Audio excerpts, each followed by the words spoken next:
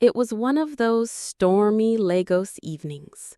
The sky wept fiercely, thunder roared like an angry lion, and rain lashed down as if the clouds had burst open. Traffic crawled along the chaotic roads, but Richard's Bentley glided through the deluge, its powerful beams piercing the gloom. He had just wrapped up a tense investors meeting, another grueling discussion about his empire's tarnished image following his third failed marriage. Richard gripped the wheel tightly, his thoughts far from the slick asphalt. He was 42 now, still handsome, still loaded, but a void gnawed at him, deeper than the potholes in the streets. As the downpour intensified, something odd snagged his attention. A woman huddled under a leaky bus stop, soaked through, her wrapper clinging to her like a second skin. In her arms, she held two identical girls, barefoot and shivering, their little faces etched with fear and exhaustion. Richard slammed on the brakes, his pulse spiking. She looked so familiar. It can't be. He rolled down the window, rain splattering the leather interior. "Laura!" he shouted, his voice battling the storm. The woman stiffened. One beat, two. Then she turned, her eyes meeting his, those same eyes he'd glimpsed across the office desk years ago. But now they were weary, hardened, brimming with unspoken accusations. Laura approached the car, the girls clutching her legs. She didn't question him. She just murmured, her tone steady yet cutting. "Thanks for shattering my world." Richard blinked, rain dripping into his eyes. "What?" She shook her head, water cascading from her braids. "Do I have to spell it out?" she said, a bitter chuckle escaping her lips. Before he could respond, one of the girls sneezed violently. The other whimpered and hid her face in Laura's skirt. Panic surged through Richard. His gaze darted between them. "Get in," he urged, fumbling with the locks. "Please, now."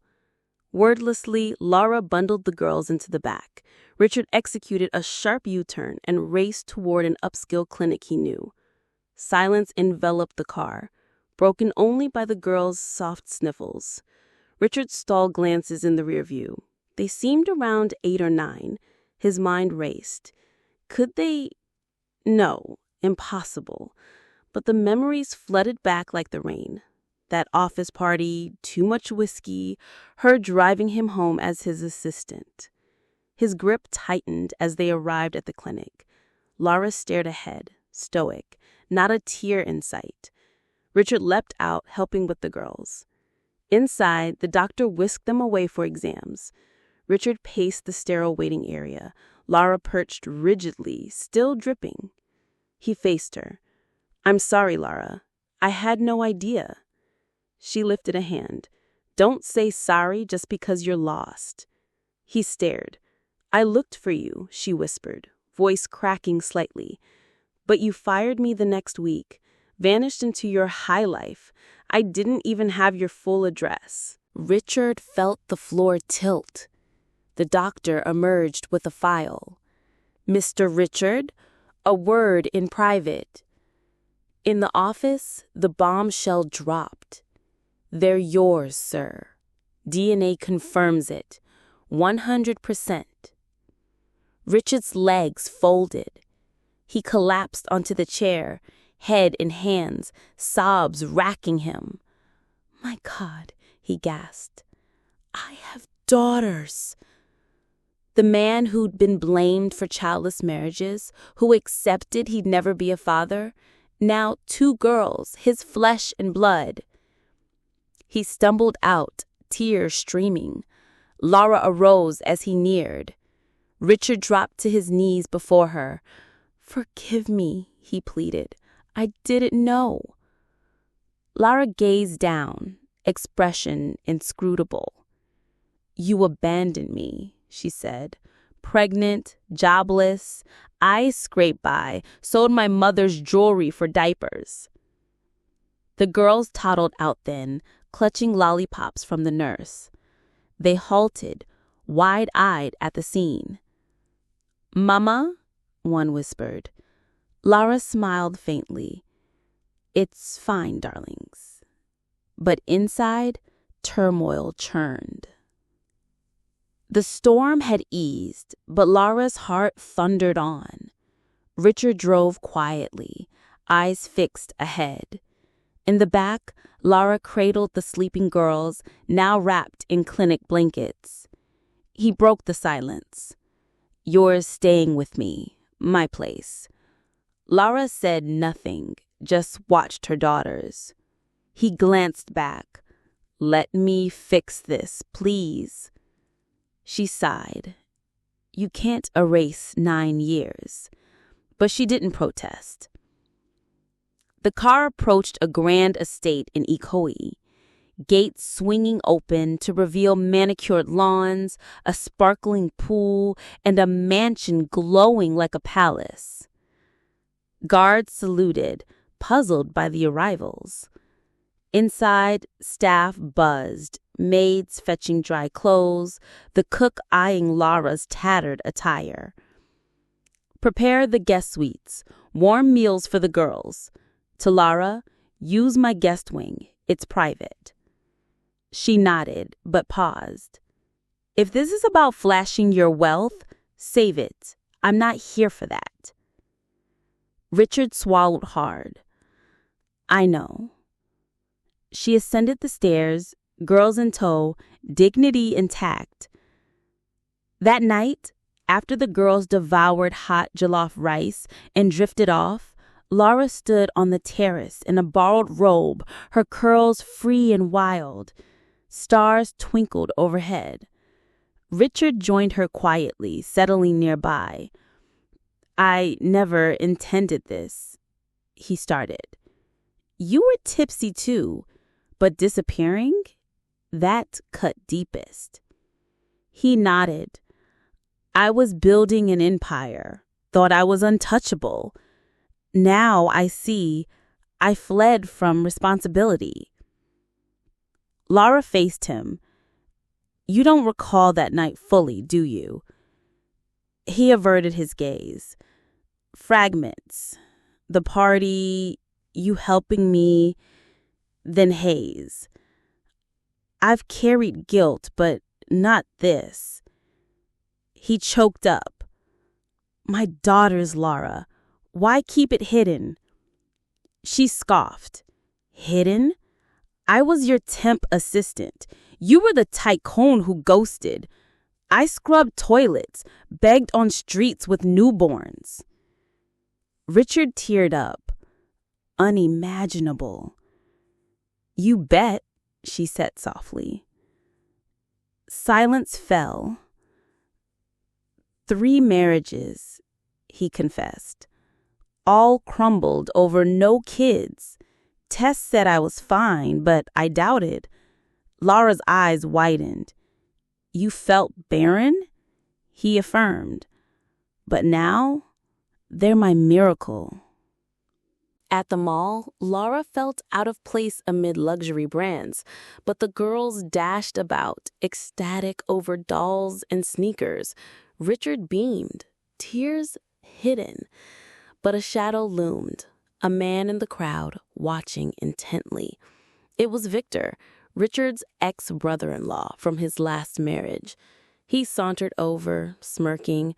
Richard with the ready-made family? Charity case. Richard tensed. Lara eyed the stranger. Victor sneered at her. "Office fling? We dined where you tempt once." Richard shielded her. "She's my daughter's mother. Back off." Victor laughed. "Kids? You? Barren, Richard?" Richard grinned, hand on Zoe's head. Not barren anymore. They left Victor seething. That evening, as Lara tucked the girls in, Zara murmured, "Mama, is this forever?" Lara paused. "For now." Doubts whispered, "Can he stay?" A knock. Richard with an envelope. "For you." Inside, admission to a business school. Her old dream. Tears welled. "Pursue it," he said. But then, a shatter downstairs. Glass breaking. Alarms blared. Richard bolted down, barefoot. Lara shielded the girls upstairs, heart hammering. "Stay put," she hissed. Below, a smashed window in the lounge, shards everywhere.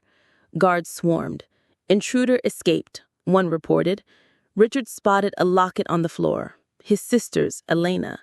Years ago, Elena vied for the family business, but lost to scandal. Her embezzlement exposed by Richard. She'd disappeared, vowing revenge. Upstairs, Laura rocked the girls. Richard returned. "We're secure." "Who?" she pressed. He hesitated. "My sister, I think. Back for blood." Laura frowned. "More secrets?" He sat. "She resents me taking the helm. If it's her, it's war." Next day, Richard hired investigators, bolstered security. Lara, undeterred, began classes. At 31, she studied fiercely, catching up. But peace shattered. Returning from lecture, Lara found a guard rattled. A woman posed as your relative, demanded intel on the girls, knew their routines. Laura's blood chilled. She called Richard. "Coming." That night, Laura paced the girls' room. "This place isn't safe. We should go." Richard vowed, "I'll protect you all. This is home. And if you fail, then I'll perish trying." 3 days on, horror struck. Laura came home to silence. No staff, lights dim. "Richard? Zoe? Zara?" A faint sob upstairs. She sprinted, bursting into the room, empty, window ajar. A note on the bed. "Want the girls? Surrender the company shares father meant for me. You know. E." She collapsed, wailing. Richard arrived, read it, face ashen. Elena had the twins. Life halted. Richard canceled deals, enlisted experts, even a former EFCC agent. Laura quit school, vigil by the window. Then her phone rang. Unknown. "Hello?" A raspy voice. Lara, calm. "Elena, my babies." "Safe for now. Tell Richard, shares or else. Their innocence. 48 hours or pieces arrive." Click. Lara crumbled. Richard entered. "We have time." "No," he growled. "Ends now." Midnight, Richard accessed the family safe in his old office. Documents revealed equal shares intended, but Elena's greed disqualified her. Now, vengeance. Back home, Lara clutched the girls' toys, praying, "God, I bore them in agony, raised them in want. Spare them." The door opened. Richard geared up, meeting her at the old beach house, isolated. Lara protested. "Trap." "With backup. Agents, drones, sharpshooters." She stayed by the phone. At dawn, Richard arrived at the foggy estate. Elena waited, gaunt but venomous. "Brother dear." "No games," he said. "Girls?" From bushes, goons dragged Zoe and Zara, bound. Richard's chest constricted. "Take the papers, release them." Elena sneered. "Papers? I want ruin." Richard knelt, begging. A goon brandished a blade, but shots cracked. Agents stormed. Chaos, yells, falls. Richard freed the girls amid the fray. Elena was cuffed, wounded. Dust cleared, girls safe. Richard hugged them. "Daddy's here forever." Home, Lara heard the door, rushed, embracing. "You saved them," she wept. He nodded. Family first. Weeks later, headlines. Tycoon foils sister kidnap plot in inheritance feud. Richard ignored fame. 2 months on, Lara topped her class, diploma in hand. Richard and the girls cheered. Post-ceremony, he presented a ring. "Not deserving, but let's build our life." Lara gazed, then a phone buzzed. "Unknown." Richard answered. A voice. "Elena's not alone. Others claim your throne. Click. Face pale. Lara, another? He sighed. Battle anew.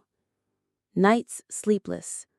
Lara in her new suit, certificate gleaming. Ring box untouched. Unsafe, he said. She met his eyes. We'll face it. Weeks, assets trusted to girls, company restructured. Lara thrived as manager at a firm. Digging files, Richard found father's note.